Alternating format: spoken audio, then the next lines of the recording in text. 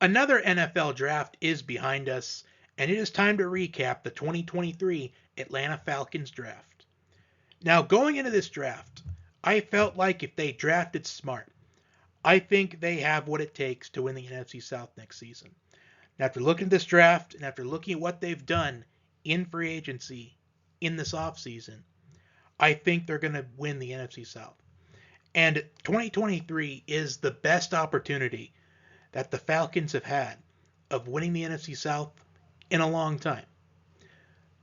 The Buccaneers, new quarterback play. Panthers, new quarterback play. The Saints, new quarterback play. The Falcons, they at least gave Desmond Ridder some experience towards the end of the season. So he has some NFL action under his belt, which that's a good thing for him. And the moves that they've made in this offseason, all that was left is to draft smart, and they'll become the favorites to win the NFC South. And this is the most optimism I have felt about the Falcons in years. In fact, the last time I felt optimistic about the Falcons was 2017, the year after they won the NFC, and we unfortunately know what happened after that. So I'm hoping this is not false hope I'm getting myself into. Without further ado, let's recap the Atlanta Falcons draft. In round one, with the 8th pick in the draft, they went with Bijan Robinson, running back out of Texas. Now, I will admit I overreacted a little bit with this pick. I just felt like they could have addressed the defense with this 8th pick by taking Jalen Carter or Nolan Smith, or even trading down to get more draft capital. But now that I have had about 36 to 48 hours to think about it, in these last 36 to 48 hours, I have come to terms with this is a wonderful pick for the Falcons. I give this a B+. Bijan Robinson is been hyped up throughout this draft process as a generational prospect, best running back prospect in Saquon Barkley. But what makes me a little bit worried about this, though, is that Saquon Barkley hasn't exactly lived up to the generational prospect that he was being hyped up as. So I'm hoping Bijan Robinson, I'm hoping that he pans out. But I was really wanting them to maybe draft Zach Charbonnet or even Tajay Spears in a later round. I felt like Tyler Algier earned his keep for his performance down the stretch last season, and I wonder what drafting Bijan does with Cordell Patterson. Do they put him as more of a wide receiver? Do they demote him to special teams? Does he get cut from the team? I guess we'll find out soon enough. But a B+ for this pick, although I do understand arguments of giving this an A- or even an A. But we just got to see how Bijan pans out, as he is going to be a day one starter. And I do like the ceiling for Bijan Robinson moving forward. But depending on what happens after this pick is going to determine how the rest of the draft was going to be graded for this Falcons team. As a B+ for Bijan is a good start. But again, I do understand arguments for an A- or even an A. But who will the Falcons draft after that was the question that I asked myself. In the second round, with the 38th pick, they traded up with the Colts for Matthew Bergeron, offensive tackle out of Syracuse.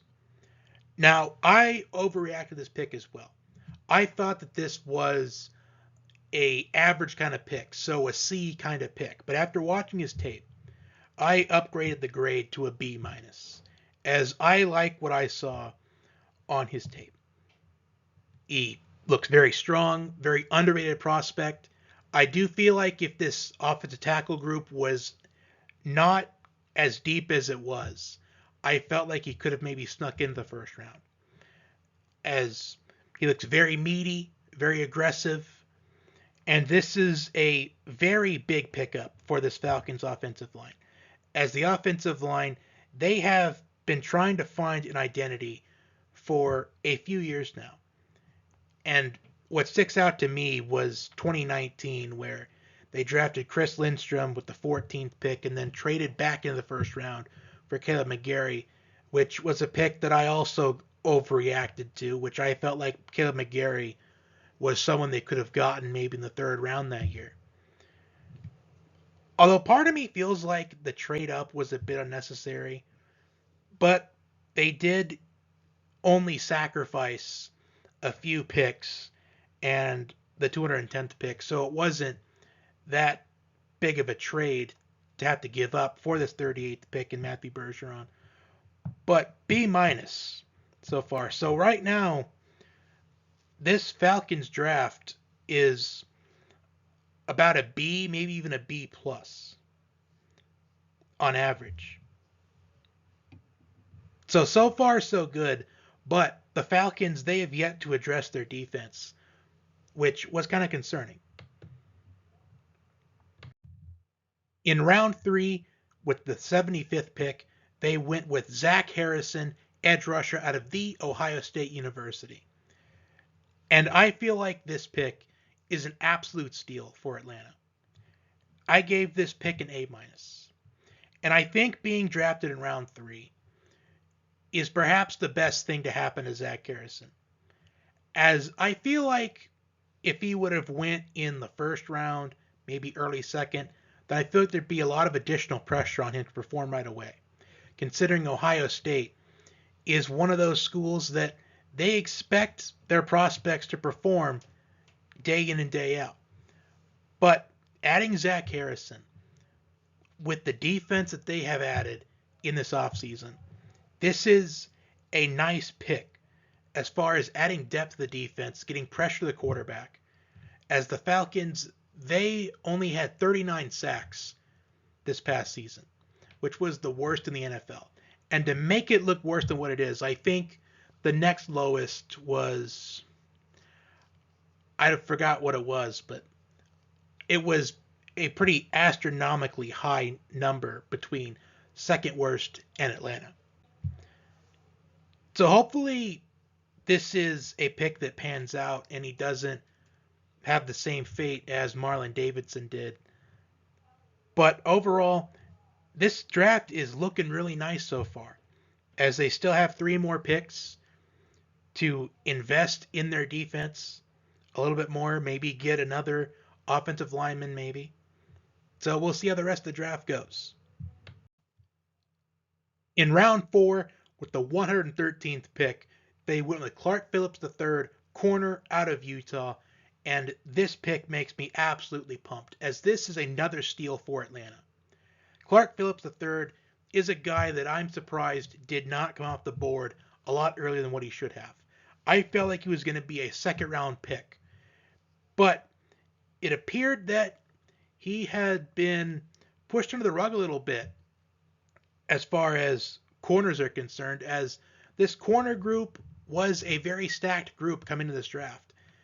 And the more we got into this draft process, the more Clark Phillips III really got overshadowed compared to a lot of guys such as Witherspoon, Gonzalez, Banks, Joey Porter Jr.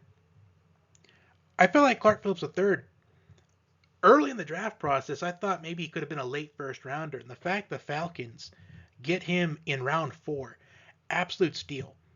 I gave this pick an A, but I can understand arguments for an A+. As Clark Phillips III, he adds depth to this Falcons secondary, and I hope that he is a good complement and develops into a good complement to A.J. Terrell. Now, they did not have a 5th or a 6th round pick. They gave up their 5th round pick in trading for Jeff Okudah, which I feel like that was another big steal for Atlanta, as adding in Clark Phillips III to the mix by also having Jeff Okudah, someone that is really looking to redeem himself after things didn't work out that well in Detroit. They have 2 more picks at this point in the draft, and they're back-to-back picks. So we'll see what they do with the final 2 picks of their 2023 draft. Round 7, pick 224, they went with DeMarco Hellams, safety out of Alabama. Now, I gave this pick an A-, as I feel like this is another big steal for Atlanta here. Another guy I felt surprised was still on the board in round 7. As when you look at his tape, he is a brutalizing safety. Very aggressive, hard hitter, always an aggressive player. And I think being a 7th round pick, the best thing that can happen to this young man. As if he was drafted way earlier, Alabama, another one of those schools where they expect all of their prospects to perform and perform right away. But DeMarco Hellams adds more depth to this Falcons secondary that I'm hoping becomes a very underrated secondary. And just by these picks here of Zach Harrison, Clark Phillips III, and now DeMarco Hellams, I just think that we're going to see a massive improvement out of this Atlanta defense. Am I saying it's going to be a top 10 defense? No, but I think it's going to be a lot better than what it was in 2022 and in 2021. Round 7, pick 225. They went with Javon Wynn, offensive guard out of South Carolina. And he is a 4-year starter and a 2-time team captain for South Carolina. So he's got good leadership. And he started, I believe, was 47 games in his career at South Carolina, the second most in school history. So he's durable, can stay healthy, takes care of himself. And I gave this pick a C+, but I could see this pick being a B-. This is the one pick that I don't know how to grade it right now. But overall, these picks, the draft as a whole for the Falcons, I give it a B+ overall, believe it or not. This is the most hopeful I've been about this team in years. And given their draft grade of B+, I feel like when it's all said and done, it's going to be one of the best drafts in the league. Not the best one overall, but I think it could be maybe top 12 maybe at the very least. But I kind of do wish they could have drafted a wide receiver at some point in this draft to get a solid number 2 receiver. But some receivers that are available in free agency, Dante Demis Jr., Jacob Copeland, both Maryland guys, Joseph Ngata at Clemson, Bryce Ford Wheaton. I hope that they pick up one of these undrafted free agents. Jake Bobo I like a lot. Because I get they signed Matt Collins, but Matt Collins doesn't seem like the answer to me for a wide receiver too. I also wish they could go after Jalen Redmond, defensive tackle at Oklahoma. He's someone that I thought maybe the Falcons could draft late. That's who I thought the 7th round pick at pick 225 was going to be. Because I felt like he was the best fit for the Falcons with pick 225. But overall, a good draft for the Falcons. I gave it a B+ overall. But comment your thoughts down below. Like, share, comment, and subscribe. And until next time, take care of yourself.